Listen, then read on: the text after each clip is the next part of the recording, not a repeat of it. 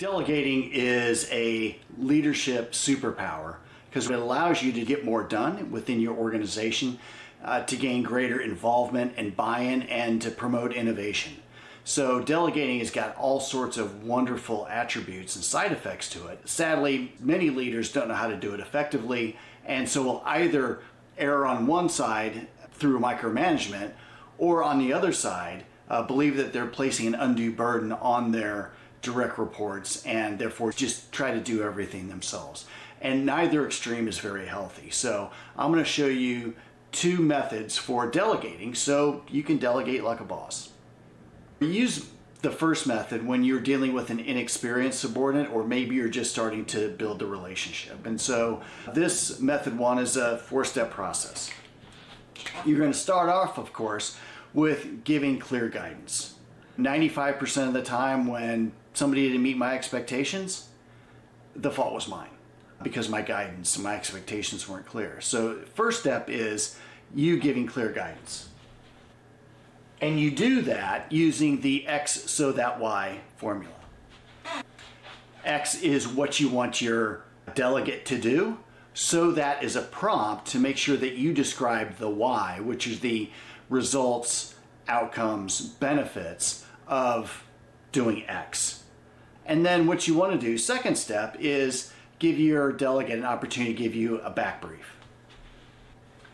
And a back brief very simply is describe for me in your own words what you see as the mission and the desired outcomes.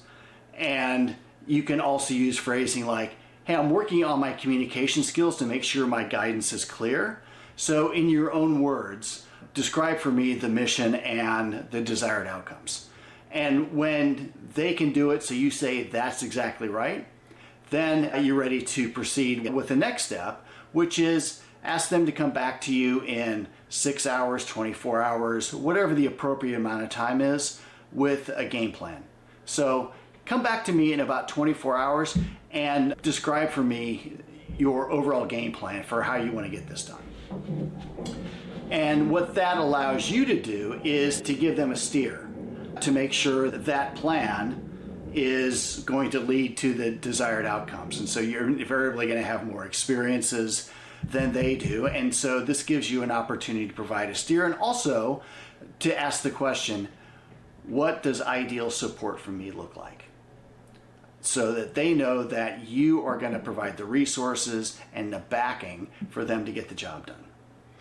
The next step is to coordinate a set of in-progress reviews, which allows you to both review the game plan and also to see how well the planning and preparation is going for this particular task. And what that's going to do is to set your delegate up for success.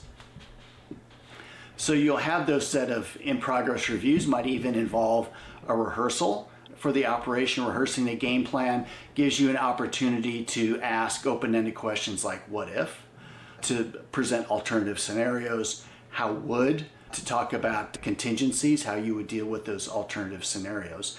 And through that process, your delegate is going to be successful. They're going to amaze you with their ability to accomplish the mission and achieve the desired outcomes. And so that closes the loop, essentially, with your guidance. So that's the method that you use with maybe new or inexperienced delegates or somebody with whom you're just building a relationship. Now, when you've got an existing relationship with somebody and they've proven that they can go through this and they've done it to a very high standard, then you can use method number two. So method number two is what I like to call the dance floor method. So again, it's going to start off with you issuing clear guidance. And again, you're going to use the X so that Y. And this you'll probably have a back and forth to make sure that you're both on the same page in terms of the guidance. And then you're going to set up the boundaries of your delegate's authority. And this is what I call the dance floor.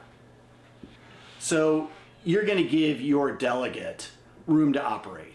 And so you're going to set those boundaries, and those boundaries are invariably going to involve things like time. Job's going to be done by a certain time.